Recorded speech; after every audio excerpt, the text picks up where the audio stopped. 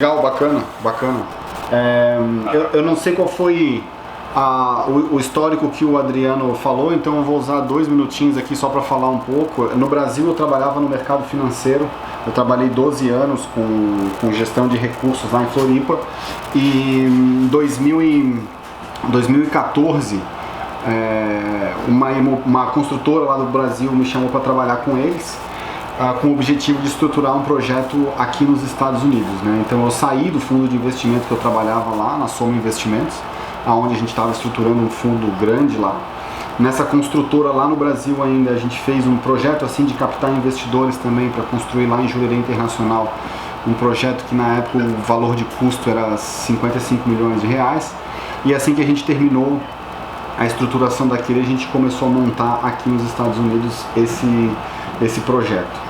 Isso foi começo de 2014, no final de 2014 a gente veio para cá em outubro, estudou relativamente quase todo o mercado aqui, essa parte principalmente voltada mais para a água, né, da Biscayne para dentro ali. E na ocasião a gente decidiu ir para Bay Harbor para construir. A gente tinha bastante gente no Brasil que estava com interesse em investir no exterior. Na época, só para lembrar, o dólar estava 2,45. A Dilma estava sendo reeleita, então as pessoas estavam no momento querendo sair com o dólar favorável, né? Então a gente fez isso, a gente identificou 2 oportunidades em Bay Harbor, nenhuma delas na água, os 2 terrenos dry lot, como a gente chama, né? Tem um cara do Brasil que constrói bastante lá, né, em Bay Harbor.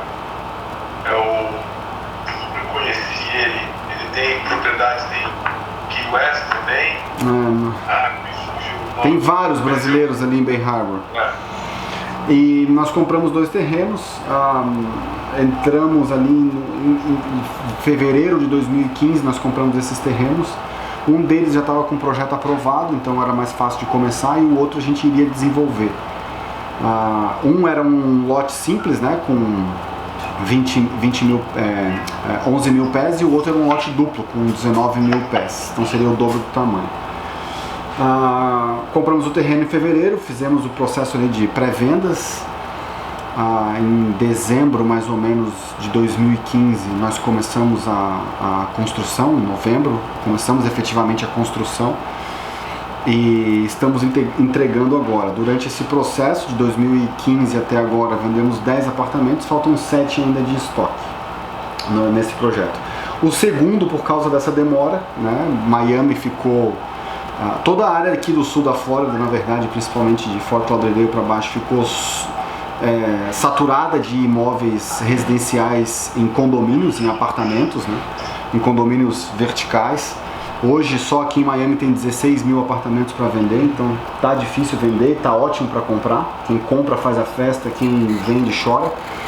E por causa desse movimento, a gente desistiu de construir o segundo prédio em Bay Harbor, e o terreno que a gente tinha comprado lá já tinha um prédiozinho antigo em cima, com 20 apartamentos, e agora a gente vai renovar esses apartamentos para alugar e vender, né? Mesmo esquema do galpão. Aluga, a gente vai fazer a renda de curta temporada ali, provavelmente Airbnb. Bay Harbor é uma das cidades que permite fazer isso, então a gente vai fazer isso. Na hora que a gente começar a gerar uma receita boa ali, com uma ocupação legal, a gente pega e bota para vender com um cap rate, enfim, entre 5 e 7, para desfazer o investimento. Nesse meio do caminho a gente identificou que, apesar do mercado de apartamentos tá difícil porque tem muita coisa, o mercado de casas ele tá com falta de oferta. Para te ter uma ideia, a Associação de Corretores aqui faz uma conta de que o giro do estoque, se o giro do estoque for de 5 meses e meio, o mercado está em equilíbrio. Qualquer coisa acima disso fica bom para o comprador, né? Ou seja, tem excesso de oferta, e se ficar abaixo disso, fica bom para o vendedor, porque tem excesso de demanda e não tem produto no mercado. No mercado de apartamentos, de prédios, Miami, a gente está com quase 14 meses de giro de estoque. Ou seja, se não botar mais nada hoje para vender, leva 1 ano e 2 meses para absorver tudo que tem. O mercado de casas aqui em Broward está em 4,7. Ou seja, não tem casa para vender aqui em Broward, onde a gente está construindo. Falta produto. Então a gente começou a identificar quais eram as áreas que a gente poderia ter um potencial de ganho maior. E logicamente primeiro a gente vai para as mais consolidadas, né? Fort Lauderdale, Boca Raton, aonde o preço de uma casa na água em Fort Lauderdale ali vai girar entre 1.200 e 1.800 dólares o pé. Em Boca Raton isso esse One Bay Harbor que está no site da Argentina. Isso, esse aí é o que a gente construiu, já tem gente morando e a gente está terminando agora. Isso. E Boca Raton também na casa de 2.000 dólares o pé. E a gente viu aqui Lighthouse Point sendo negociado a 700 dólares o pé, 750, 800 dólares o pé. Então com um valor bem atrativo, um produto que é igual, porque a construção é a mesma, o que se torna caro nesses outros dois lugares é o terreno, né? E a gente começou a andar bastante por aqui, começou a ver um movimento de pessoas comprando casas antigas, derrubando e construindo coisa nova.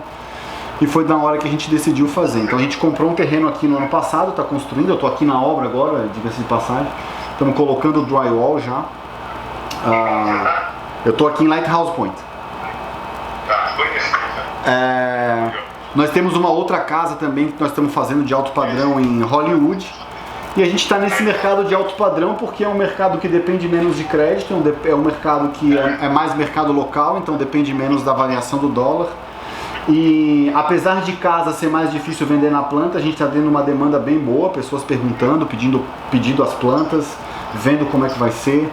E acredito que assim que a gente entregar essa casa, não vai demorar muito para vender. Então é um mercado que a gente está entendendo girar mais rápido, com retorno bom, e sem prender o investidor por muito tempo, né? Se tu for ver, lá em Bay Harbor a gente comprou o terreno em 2015, a gente está em 2019, acabou a obra agora, e a gente ainda tem 7 apartamentos para vender. Então o mercado de apartamentos hoje tá bem difícil em todo o sul da Flórida aqui, por isso que a gente migrou para single family, né?